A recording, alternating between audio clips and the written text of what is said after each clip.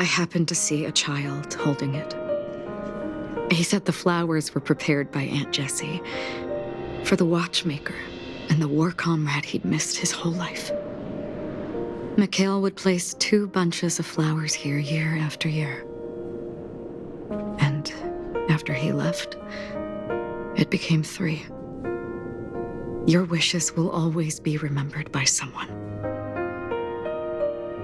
Now, Penacony, as you hoped, has welcomed the dawn after a long, dark night. The path forward may not be a bed of roses, but at least people are prepared to step forth towards freedom. Tiernan, you can go home now. While the Nameless are also preparing for the next stop of their voyage.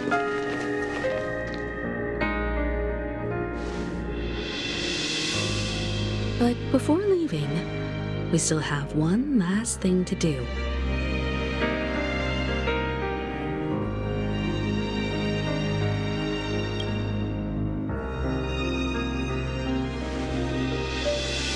Looks like you've also noticed that history fictionologist is nowhere to be found in Penacony, disappearing just as quietly as when he first showed up. I believe he must have come here at the end, to bid farewell to his nameless friends. Similarly, I'm sure you all have plenty you want to say to them. A fitting end to the tale of the departed. One could not ask for a better farewell. Go on. They're all here.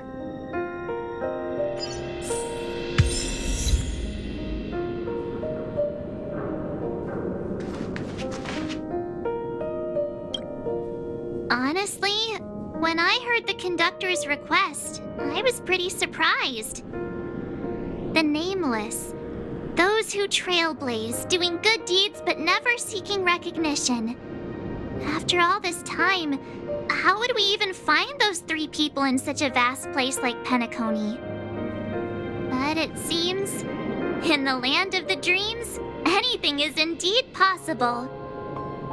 History may not remember the names of the dead, but the stars will attest to their journeys. The first glimmer of light in the prolonged night often illuminates little, as it is fleeting in the darkness too vast. But because of this, people will remember. As long as something shines in the night sky, then when the first star falls, countless more will follow, streaking across the horizon.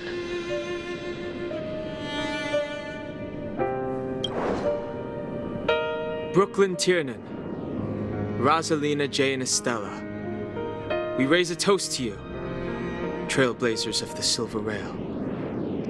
A toast to history that no longer remains silent. The passionate and courageous pursuit, and a voyage that traverses the stars.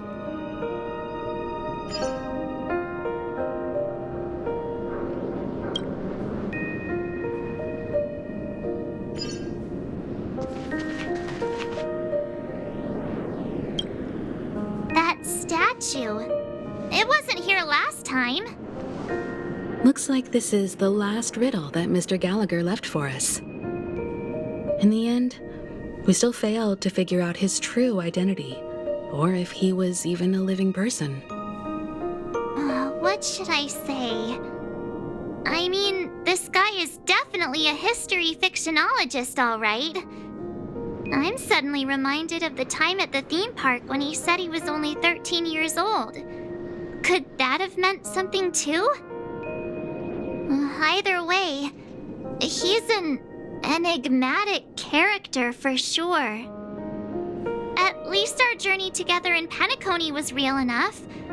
And his loyalty and love for this land must have been real too, right?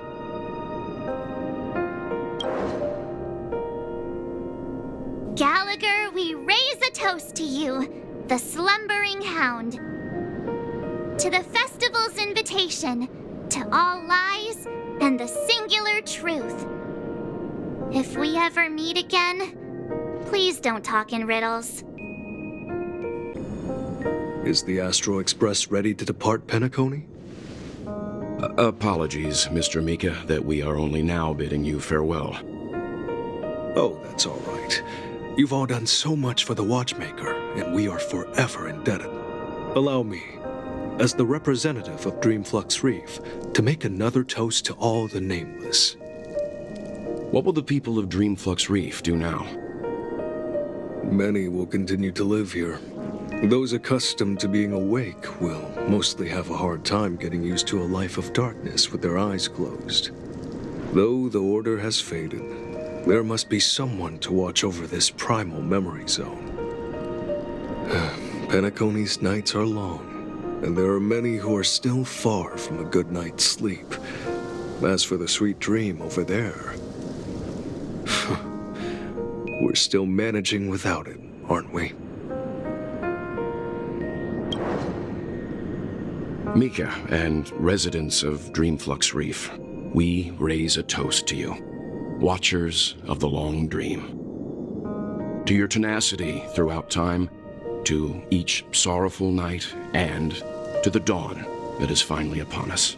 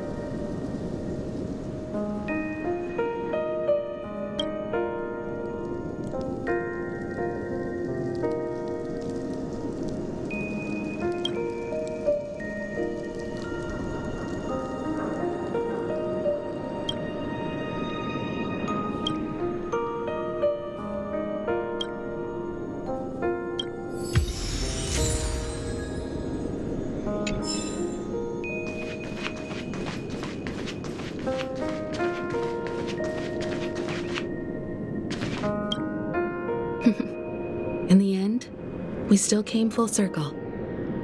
This trailblazing expedition started from the moment you and a bellboy ran into each other. After going on a journey of many twists and turns, they still ended up where they started.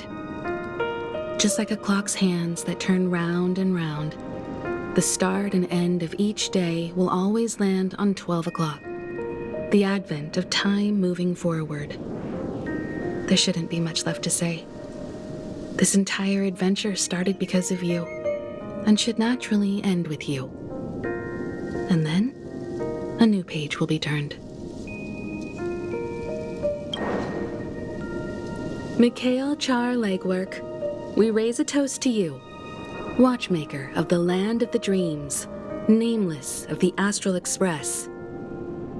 To Penacony's past, present, future, and the child's unwavering dream unto death. With that, our duty as nameless should be complete, right? The trailblaze can illuminate the way, but ultimately, the future of a world belongs to those who live in it.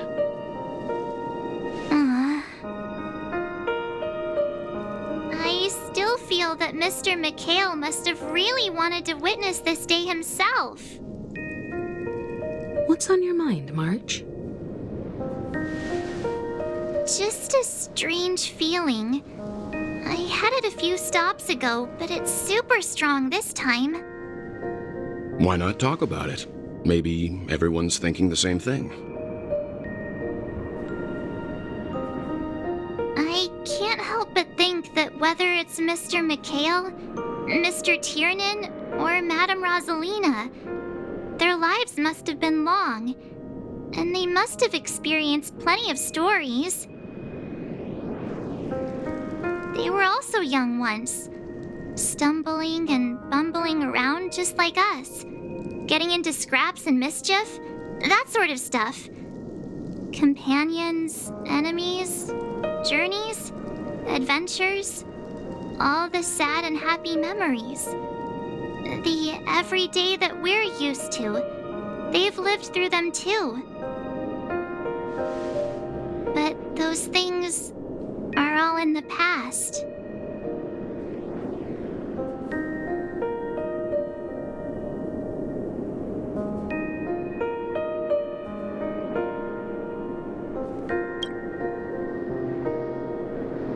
Yeah, maybe that's the precise thing I can't let go of. It'll be easier to understand if I use an analogy. Like when you're reading a book. If one of its characters keeps running into obstacles and experiences an ending full of regrets, we're bound to feel a bit mixed about it, right?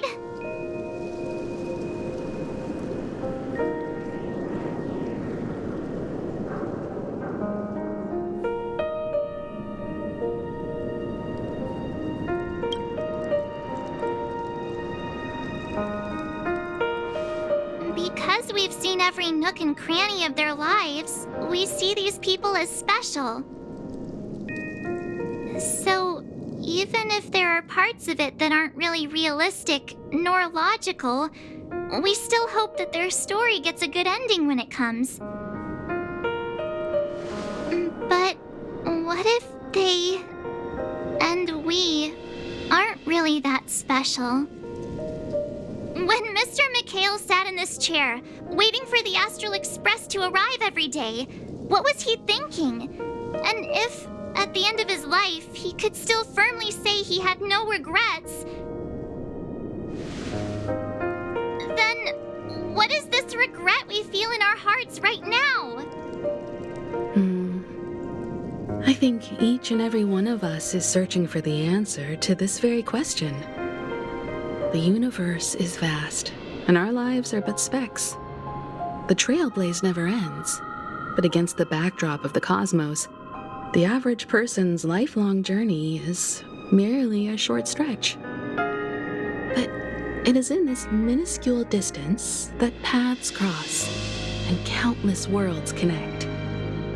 The universe may not remember every person who leaves a tie along the silver rail, but we will. As long as we remember, their stories will never end. And what Mr. McHale has left for us is his answer to this very question. It may not be perfect, but it left a smile on this storied, jaded old Nameless's face at the end of his life. And its meaning will be interpreted by those who come after us. It's not the answer that's important, but what we can learn from others' answers, right? This is what trailblazing is. Sure. I'm really sorry for bringing down the vibe. Quick, Don Hung, tell us a dad joke to lighten the mood.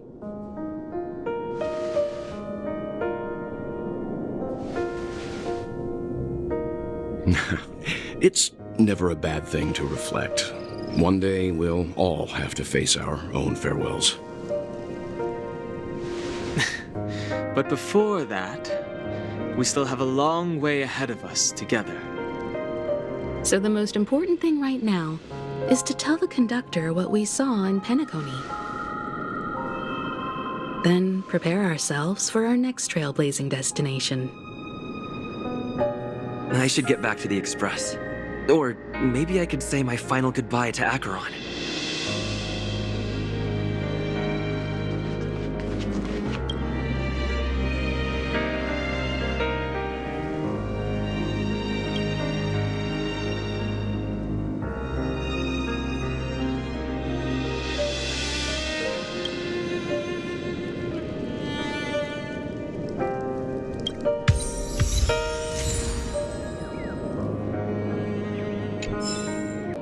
Do you still remember when we first arrived in Penacony? Who would have thought our paths would cross in such a way?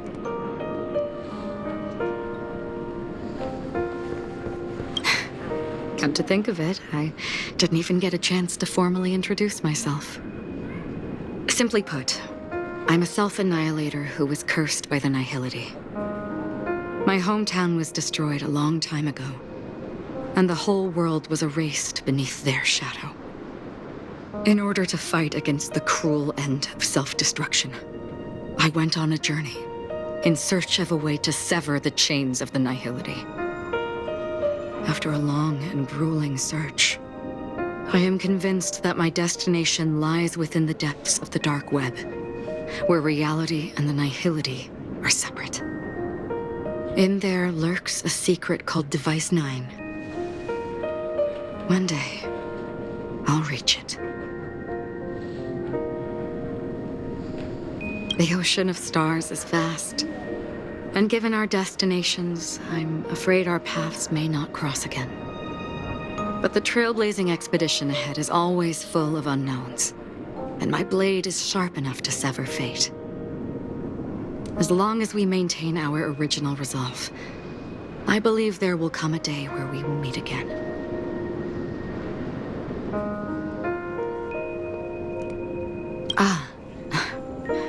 In that case, I must apologize for my rudeness. Do you remember when we first met? I once said you reminded me of an acquaintance. Because of the Self-Annihilator's curse, my memories are stripped away, blurring my past. And after our journey together, what I originally thought were familiar feelings were merely illusions. I believe this was truly our first meeting.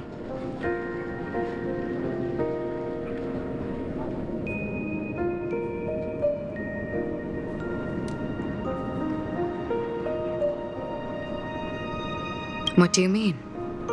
It's improbable that you've crossed paths with my past self. What I mean is, there is nothing left to retrace there. Only nihility.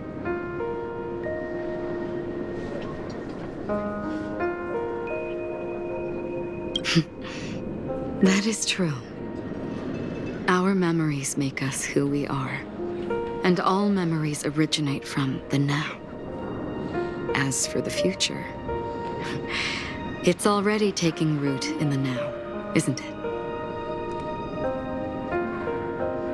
We both still have our own paths to walk. So let's forge ahead. Hopefully, if we meet again, it'll be beneath clear skies.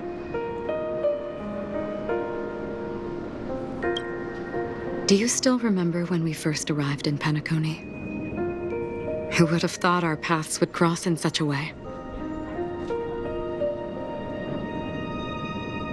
We both still have our own paths to walk. So let's forge ahead. Hopefully, if we meet again, it'll be beneath clear skies.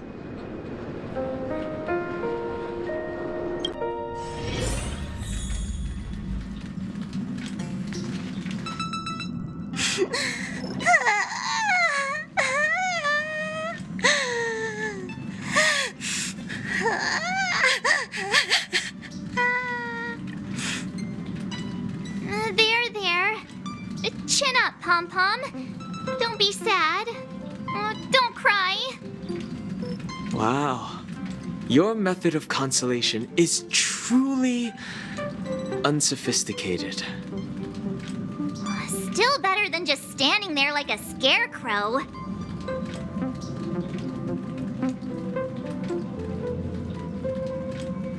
How could you say that? Don't be so mean. And while you're here, why don't you help me comfort Pom-Pom? We told Pom-Pom all about our adventure, and they suddenly started crying. I've never seen Pom-Pom so sad before. The conductor never cries. Pom-Pom is never sad. Pom-Pom is just angry.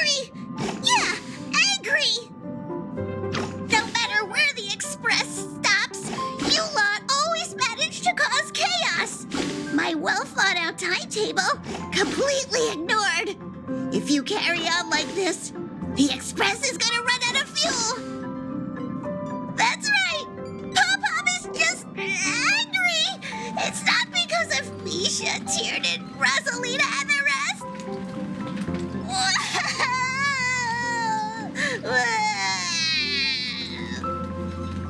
It's okay. Oh, Pom-Pom, just let it all out. Everyone, could you all take a break in the next car? Don't worry. I'll stay here with Pom-Pom. But Let's go, March.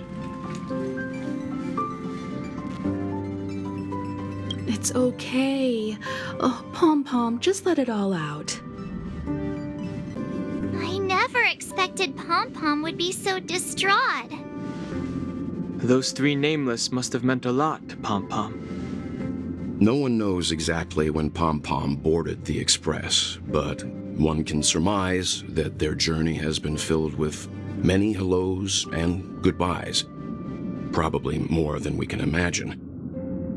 The fact that they're crying so hard is probably a good sign. It proves that Pom-Pom's emotions haven't become dulled by the grind of time. They still deeply cherish every nameless who has boarded the Express and value every journey shared with them. Leave it to Himiko. When it comes to comforting, there's no one better on the Express. Well, they were a little emotional at the time, but I'm afraid that's not out of the question. Since you joined us, the Express has stayed longer than anticipated at every stop along the way. And to ensure that everyone always makes it back on board, Pom-Pom has had no choice but to delay the warp jump schedule. I see. No wonder I can regularly hear Pom-Pom pacing anxiously up and down the corridor. Turns out Pom-Pom's been silently putting in a lot of work for us. Wow.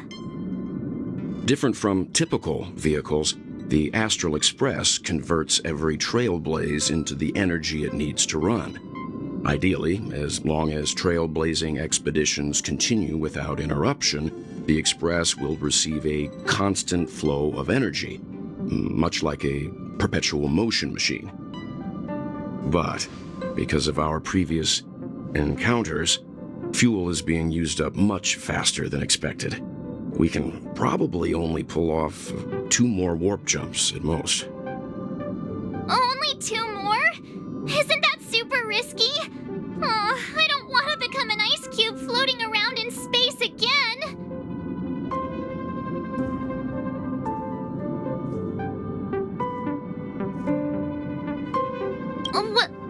When you put it like that, it doesn't actually sound too bad. But I don't even want to become an adorable ice cube floating around in space again. Which also means that we must prudently consider our next destination. Yes, I've already checked the astral charts. The 2 nearest worlds to us are the oceanic planet of Lushaka and the agate world, Melostanin. As for which one we're headed to, that still requires a vote. Or perhaps you might consider a suggestion.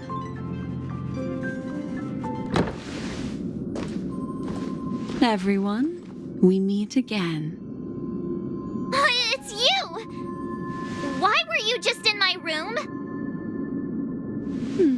It's a very cute room, Miss March. Just like you.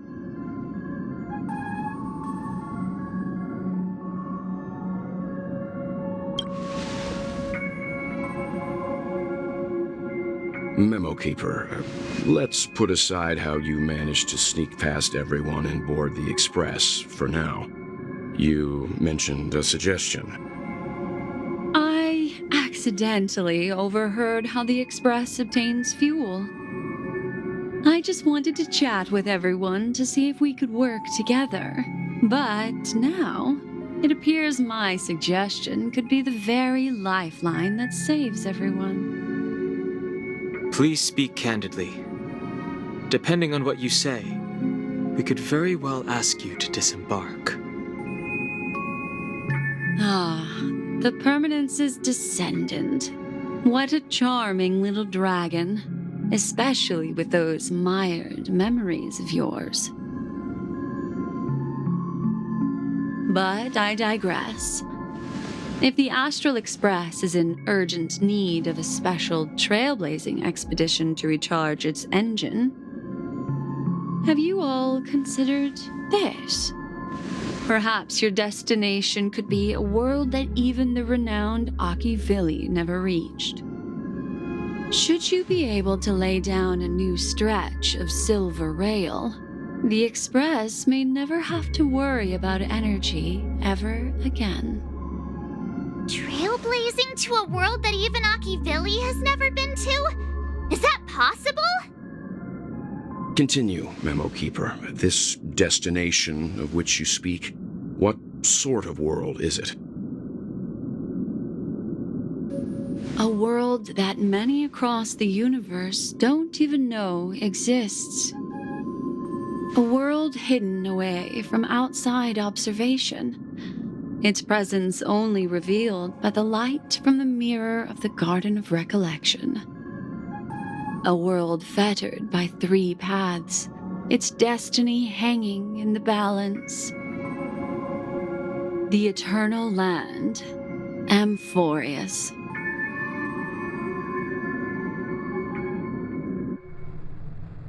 I hope I'm not too late, child. I wasn't expecting it to be you. Don't you know how many sentry posts the family has built? And how hard it is to get you out of here? Looks like my time's up. What do you mean? What time?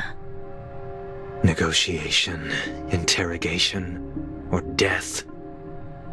My fate lies entirely in your hands, Lady Bonajade. The dance is done.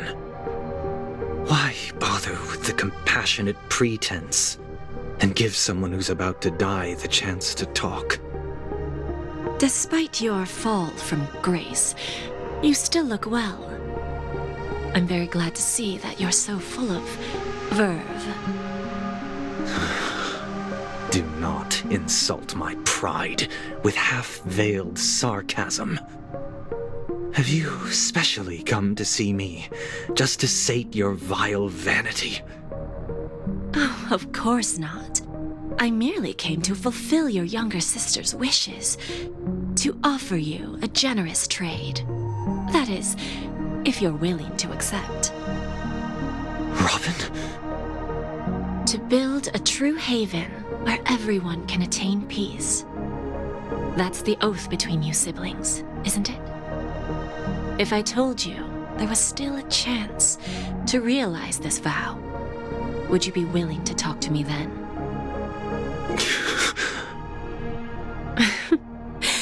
I recognize the gravity of this question, which is why you don't have to answer me right now. Go now. You are free, O Chosen One, who dare to exceed his bounds, sever your wings, descend to the mortal realm, and walk their lands. See what this world is truly like. I will not accept your charity. As I mentioned earlier, it's a trade, and you don't have to give me an answer right now. Rewards are not reaped in a day, and if there's one thing I'm best at, it's waiting. The sweet dream still continues, and the night is still long. You have plenty of time to contemplate your answer. A word of advice for you before we part ways. A word of warning from someone who's been in your shoes before. Life is too short to miss out on golden opportunities.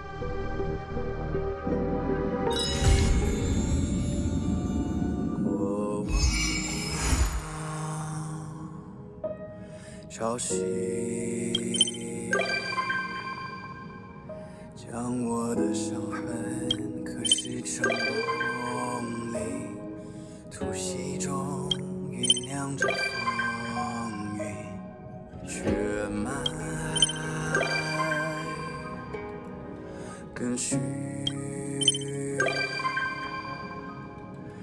在我皮肉下交织成阴云，打个 Nice. 小酌的龙心，茉莉竟是做我的骨骼，放任飓风从口中挣脱，有传说中诉我。